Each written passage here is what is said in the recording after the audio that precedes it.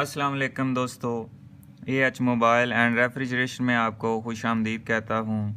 दोस्तों, आज की इस वीडियो में मैं आपको बताऊँगा कि कोई भी आपके पास अगर चाइना का या कोई जो चाइनीज़ कंपनी है उनका एंड्रॉयड फ़ोन आ जाता है तो वो चार्जिंग अगर कर रहा है, शो कर रहा है, बढ़ा नहीं रहा, चार्जिंग फेक चार्जिंग उसको कहते हैं कि चार्जिंग शो करता रहे लेकिन बढ़ाए ना, परसेंटेज उतने ही रहे, या 5 या 10 मिनट के बाद अगर कोई 1% बढ़ता है तो उसको फेक चार्जिंग कहते हैं। तो फेक चार्जिंग अगर कर रहा है तो आप उसको किस तरह ठीक करेंगे। ये मेरे पास भी एक मोबाइल है, ये क्यू मोबाइल है, एनर्जी X2। तो ये मेरे पास तकरीबन ये एक ही हफ़्ते में दूसरा फ़ोन आ रहा है, तो इस वजह से मैंने सोचा कि मैं एक वीडियो बना दूं इसके ऊपर।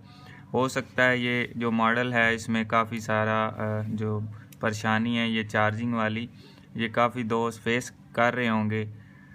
तो सबसे पहले तो आपने ये बोर्ड निकाल लेना है अपने कोई भी एंड्रॉयड फ़ोन जिसकी आप फेक चार्जिंग ठीक करना चाह रहे हैं। तो उसको सबसे पहले हमने चेक करना है इसका चार्जिंग जैक कि इसके ऊपर वोल्टेज पूरे आ रहे हैं या आधे आ रहे हैं। तो उसके लिए हमें वोल्ट मीटर चाहिए होगा।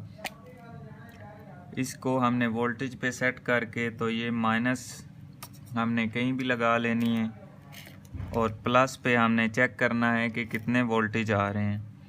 तो ये मैंने चार्जिंग जैक के ऊपर लगाया तो आप देख सकते हैं 5.1, यानी कि 5 पॉइंट उसके ऊपर प्लस कुछ भी हो तो आप ये समझ लें कि आपका चार्जिंग जैक ठीक है, क्योंकि चार्जर जो है वो 5 वोल्ट दे रहा होता है।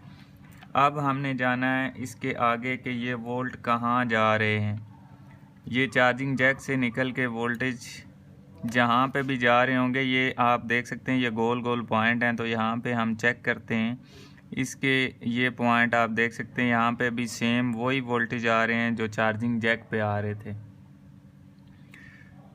तो इसको हमने ये समझ लें कि यहाँ से हम वोल्टेज ले लेंगे इसके। और अब हमने ये चार्जिंग चेक करना है कि ये फेक चार्जिंग कैसे है। सबसे पहले तो हम ये बैटरी के ऊपर लगा के चेक कर लेते हैं। दोस्तों, ये आप देखें 3.4, यानी कि ये वोल्ट आ तो रहे हैं लेकिन कम आ रहे हैं, 3.49। इसको कम से कम 4.2 या 4.1, 4.3 इधर तक जाना चाहिए, तब ये चार्जिंग सही करेगा। यानी कि 4 इशारिया कुछ भी हो सकता है, 5 नहीं होना चाहिए, 4 इशारिया से ऊपर, 4.5 से नीचे नीचे होना चाहिए। तो अब हमने ये ढूंढना है कि इसमें ख़राबी कहाँ पे है। तो ये जो 3.49 यहाँ पे वोल्ट आ रहे हैं, ये हर मोबाइल में एक आईसी लगा हुआ होता है। ये आप देख सकते हैं इसकी 6 पॉइंट हैं, ये हर मोबाइल में होता है लेकिन सब के डिज़ाइन अलग अलग होते हैं। तो इस मोबाइल में ये डिज़ाइन का आईसी हुआ है। तो इसमें मैं आपको एक और चीज़ बता दूं कि इसी टाइप का सेम आईसी एक डिस्प्ले आईसी भी होता है। कहीं ऐसा ना हो कि आप वोल्टेज देने के चक्कर में डिस्प्ले आईसी से बैटरी चार्ज करना शुरू कर दें तो आपकी फिर एलसीडी ख़राब हो जाएगी, यानी कि एलसीडी पे डिस्प्ले नहीं आएगा। तो ये आपने गौर करना है कि चार्जिंग आईसी कौन सा है और डिस्प्ले जो एलसीडी का आईसी है वो कौन सा है। तो इसकी यहाँ पे ये अभी कवर लगे हुए हैं, तो मैं अभी तो नहीं आपको बताऊंगा, किसी दूसरी वीडियो में, या मेरे चैनल पे एक वीडियो है इनफिनिक्स हार्ट 4 की, तो उस वीडियो को आप देख सकते हैं। वहाँ पे मैंने डिस्प्ले का आईसी बताया हुआ है, वो बिल्कुल सेम इसी तरह का है। अब हमने इसको चेक करना है कि ये वोल्टेज कहाँ पे हमें दे रहा है। 3 पॉइंट यहाँ पे क्या आ रहा था, 3.49। तो हमने इसी आईसी को यहाँ पे ये सारी जो पॉइंट हैं इसको चेक करना है। 3.49 यहाँ पे वोल्टेज आने चाहिए। तो ये आप देख सकते हैं दोस्तों, यहाँ पे 3.49 आ रहे हैं और यहाँ पे भी 3.49 आ रहे हैं, यानी कि ये इसका हिस्सा यहाँ पे हम कहीं भी लगा सकते हैं। अगर आप ये चेंज कर सकते हैं आईसी तो वेल एंड गुड, अगर चेंज नहीं कर सकते, अगर आप सस्ते में काम करना चाहते हैं तो ये 5-10 रुपये का जीनर मिलेगा आपको मार्केट में, ये आप ले लें और इसको लगा दें। आपका वैसे ही काम करेगा जैसे कि आपने चार्जिंग आईसी चेंज किया हो, यानी कि वोल्टेज आपकी बैटरी को पूरे मिलेंगे। तो अब हमने इसको लगाना कैसे, इसकी दो साइड होती हैं, मैं आपको दोनों साइड बता देता हूँ। एक साइड पे आपको नज़र आ रहा होगा ब्लैक और एक साइड रेड नज़र आ रही है। 5 वोल्ट का जीनर इसका नाम है। आप किसी भी इलेक्ट्रॉनिक्स दुकान पे जाएंगे तो वहाँ पे कहेंगे कि 5 वोल्ट का जीनर चाहिए, तो वो ये आपको दे देंगे। तो जो ब्लैक वाली साइड होगी वो होती है आउटपुट, और जो रेड वाली होती है वो इनपुट होती है। इनपुट का मतलब है कि आपने चार्जिंग का जो जैक है वहाँ से वोल्ट जो आ रहे हैं वहाँ पे ये लगा देनी है, और जहाँ पे आपने आगे चार्जिंग देनी है वो होती है बैटरी, तो वो प्लस वाला जो ब्लैक वाला पॉइंट है वो आपने वहाँ लगा देना है।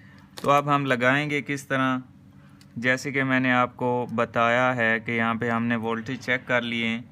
आप डायरेक्ट चार्जिंग जैक से भी दे सकते हैं, यानी कि यहाँ पे इसका जो प्लस पॉइंट होता है यहाँ से भी दे सकते हैं, लेकिन इस मोबाइल में इन्होंने एक दूसरा पॉइंट दिया हुआ है प्लस, जो कि यहाँ पे हमें 5 वोल्ट फ्राहम कर रहा है, ये आप देख सकते हैं।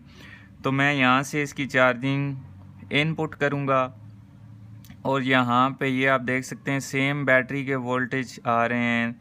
3.49 यहाँ पे आ रहे हैं और 3.49 यहाँ पे भी आ रहे हैं।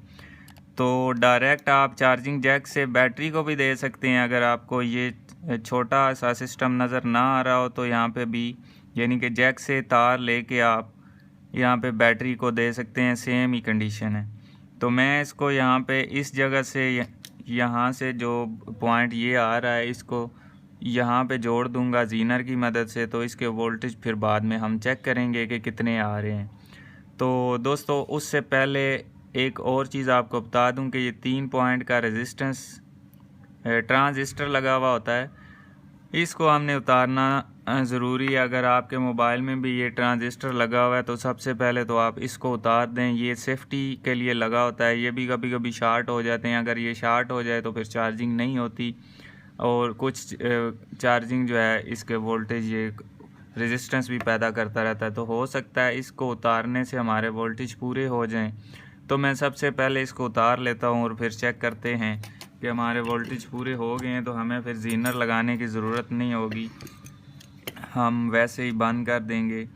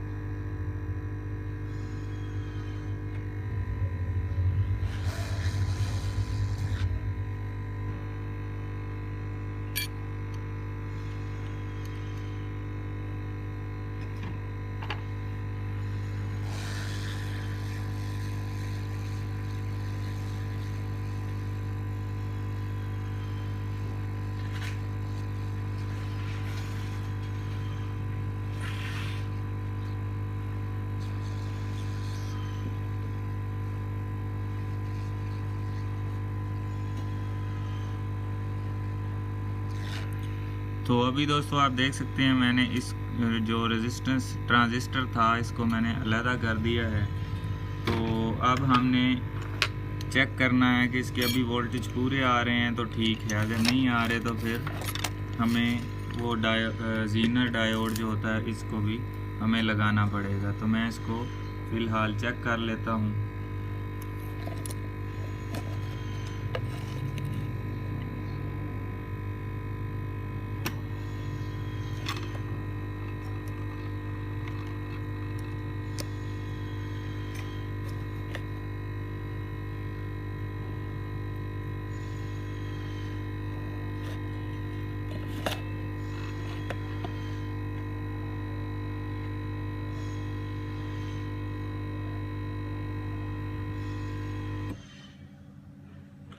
तो अभी दोस्तों आप देख सकते हैं कुछ वोल्ट बढ़ गए हैं, यानी कि 3.49 थे पहले, अभी 3.67 तक भी चले गए हैं। और ये आप देख सकते हैं 3.78 कुछ बढ़ रहे हैं हमारे वोल्ट। तो ये अभी भी इसमें आईसी का कोई मसला है, तो हमें जीनर ज़रूरी लगाना पड़ेगा, क्योंकि फिर बाद में कस्टमर गिला देगा कि ये आपका अभी भी वैसे ही काम कर रहा है। अगर तो 4 पॉइंट कुछ आ जाते, यानी 4 प्लस आ जाते पॉइंट, तो फिर हमें जीनर लगाने की ज़रूरत नहीं पड़नी थी, तो अभी हमको ये लगाना ही पड़ेगा।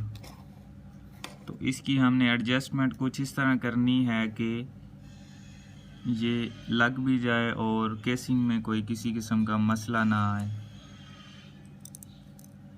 तो मैं इसकी अच्छे से फिटिंग करके लगा देता हूँ दोस्तों। लगा के मैं आपको फिर चेक करवा दूँगा। फ़िलहाल मैं वीडियो को पॉज कर देता हूँ क्योंकि ये काफ़ी टाइम लग जाएगा। तो अभी दोस्तों आप देख सकते हैं मैंने इसको बेंड करके उस टाइप का बना लिया है जहाँ पे हमने इसको फिट करना है। तो आपने भी अपना जो डायोड है उसको इसी तरीके से फिक्सिंग करना है। जितनी जगह आपने कोशिश करनी है कि कम से कम जगह पे वो लग सके। तो अगर आप ज़्यादा जगह पे लगाएंगे तो फिर आपको थोड़ी सी मुश्किल आएगी फिटिंग करने में। तो अब हमने क्या करना है, सबसे पहले तो ये जगह सोल्ड कर लेनी है। इसको मैं पहले फिक्स कर लेता हूँ यहाँ पे।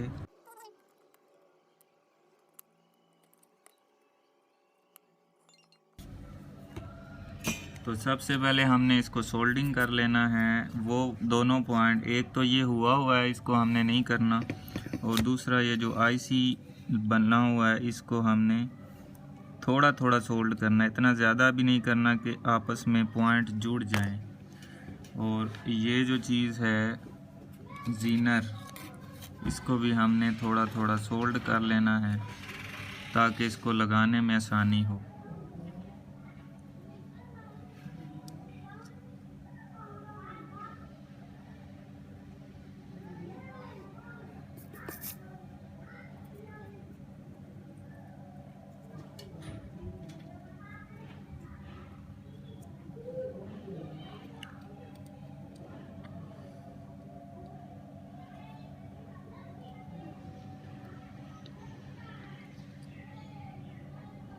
तो ये हमने इसकी एक साइड यहाँ पे लगा देनी है।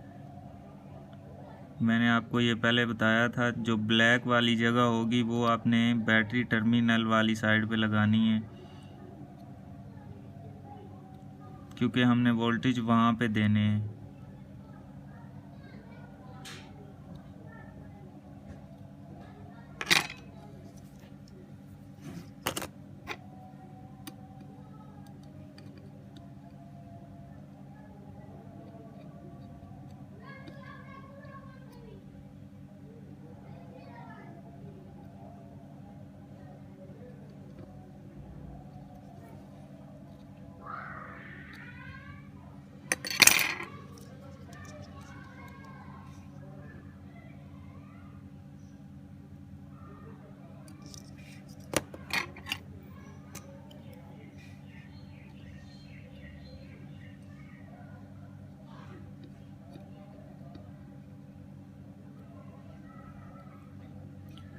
तो अब दोस्तों ये जीनर तो हमारा लग गया। अब थोड़ी सी एहतियाती तदाबीर भी आपको बता दूं कि इसका ये जो पॉइंट आ रहा है यहाँ से, ये नीचे कैपेसिटर लगा हुआ है, तो ये यहाँ से कहीं जुड़ ना जाए ऐसा भी आपने देखना है। और यहाँ पे ये डायोड लगे हुए हैं, इनमें तो नहीं जुड़ सकता लेकिन ये कैपेसिटर में जुड़ सकता है। तो इसके लिए हमें यहाँ पे थोड़ा सा इसके ऊपर पेपर लगा देना है, टेप कोई लगा देनी है, ताकि बाद में ऐसा कोई इशू ना आए। तो मैं भी यहाँ पे इसके ऊपर टेप लगा देता हूँ।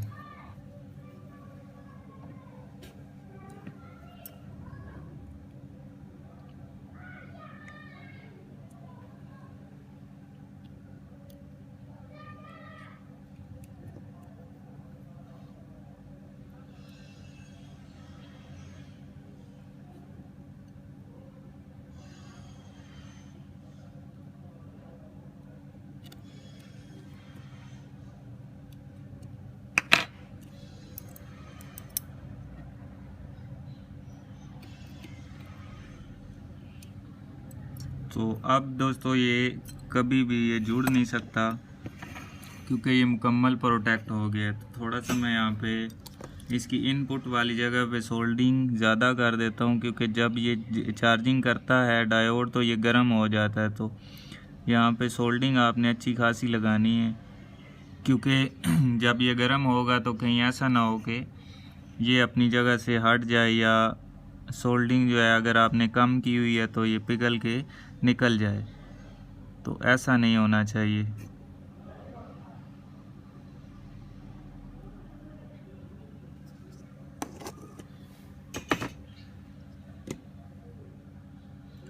तो अब दोस्तों तकरीबन ये सारा काम मुकम्मल हो चुका है, तो मैं इसको अभी मीटर पे चेक कर लेता हूँ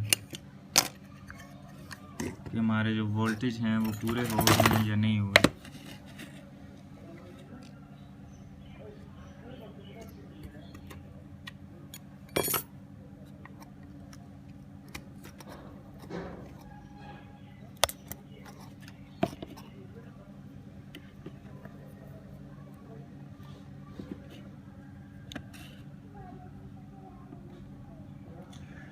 तो अभी दोस्तों आप देख सकते हैं 4 पॉइंट कुछ इसके वोल्टेज आ रहे हैं। तो अब हमारे मोबाइल की जो बैटरी है वो सही चार्ज होती रहेगी।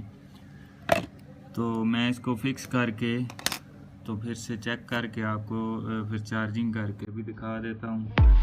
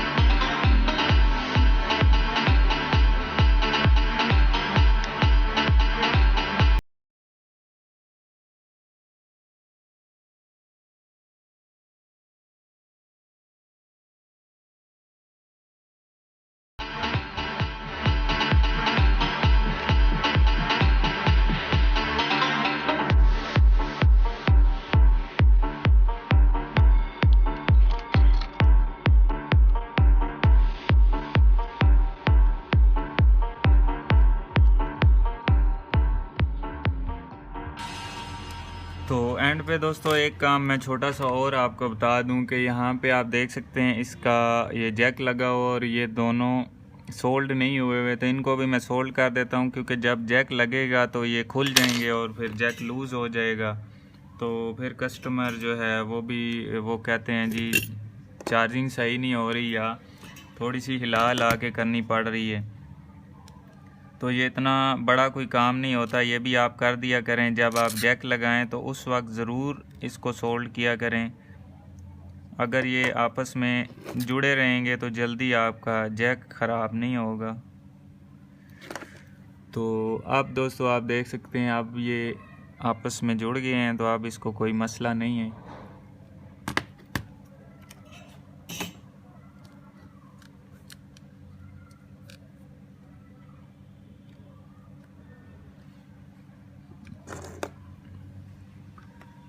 तो दोस्तों आप देख सकते हैं अब चार्जिंग हो रही है। चार्जिंग तो खैर पहले भी हो रही थी लेकिन फेक हो रही थी, इसके वोल्टेज कम आ रहे थे तो ये बढ़ा नहीं रहा था।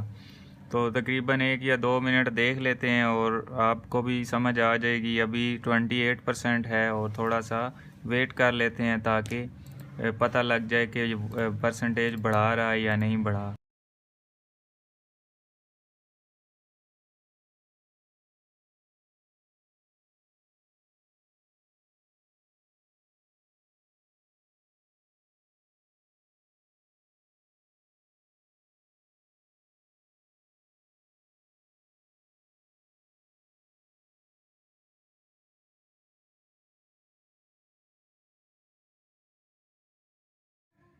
तो अभी दोस्तों आप देख सकते हैं इसकी बैटरी जो है वो 29% हो गई है। तो दोस्तों मैं उम्मीद करता हूँ आज की हमारी वीडियो आपको पसंद आई होगी। अगर पसंद आई हो तो लाइक ज़रूर कीजिए और शेयर कीजिए अपने दोस्तों में, ताकि वो भी इससे फ़ायदा उठा सकें। और दोस्तों मिलते हैं अगली वीडियो में एक नए से ट्रिक्स के साथ। तब तक के लिए AH मोबाइल एंड रेफ्रिजरेशन को दीजिए इजाज़त। अल्लाह हाफिज़, अल्लाह निगहबान। पाकिस्तान जिंदाबाद।